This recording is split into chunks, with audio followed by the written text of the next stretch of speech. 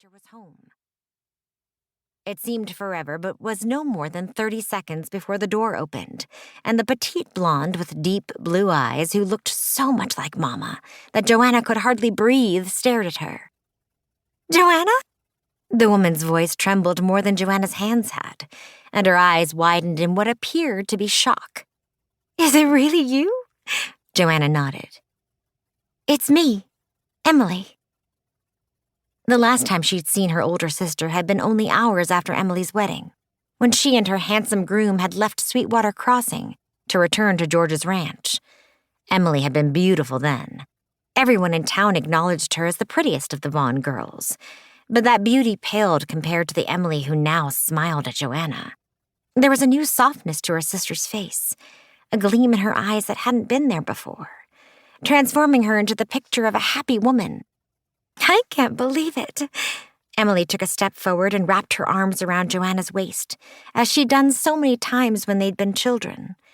It had become more awkward once Joanna grew to her full height, half a foot taller than Emily.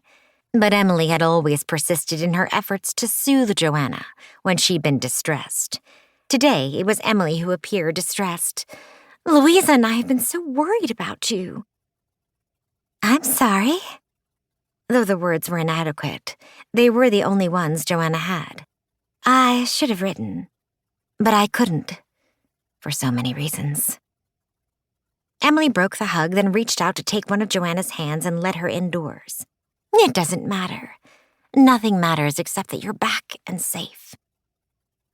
Despite the warmth of the September day, the house was cool. That shouldn't have been a problem, but something triggered a coughing spasm. The first Joanna had had since she'd arrived in Texas. The doctors had warned her against becoming overly excited.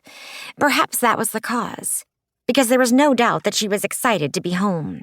Excited and at the same time a bit apprehensive, knowing that even though the house itself had not changed, many other things had. She bent over, trying to stop the coughing. When she could again breathe freely, she looked at her sister. "I'm sorry," she said, wondering how many more times she would have to apologize. Emily's blue eyes, so different from Joanna's brown ones, reflected concern. "You're ill. What can I do? Should I call Louisa?" As if she'd only just registered the unrelieved black Joanna wore, Emily asked, "Why are you in mourning? Was it your grandmother?" She shook her head. "Oh, listen to me. I should be helping you, but instead I'm bombarding you with questions." "It's all right, Emily." When they were growing up, Emily had felt that her role as the oldest meant she had to care for Joanna and Louisa, and that caring had included what had sometimes felt like an inquisition. "I should probably sit down and drink a bit of water." The air here was heavier than it had been in the Alps, and the doctors said that could make breathing more difficult. "Of course." Emily wrapped her arm around Joanna's waist again. "Let's go to the kitchen. I've got pudding on the stove, and if I leave it too long, it'll be a scorched mess." Once Joanna was seated at the kitchen table with a glass of water in front of her, Emily began to stir something that smelled like chocolate. "We have a few minutes to talk before Mrs. Carmichael and Noah come back from their walk." She paused and turned to look at Joanna. "Noah's my son. My adopted son. And do you remember Mrs. Carmichael? She takes care of Noah while Craig is at school." A chuckle accompanied Emily's explanation. "There I go again. If you got my letters, you know all that. Craig tells me I'm prone to chatter when I'm excited." There was no missing the smile that crossed Emily's face when she spoke of her husband. Her second husband. Joanna brushed aside thoughts of George. Nothing good would come from thinking of him, just as nothing good would come from remembering how often she'd wished she'd been a petite blonde like Emily, instead of a tall brunette, especially when George had had eyes only for Emily.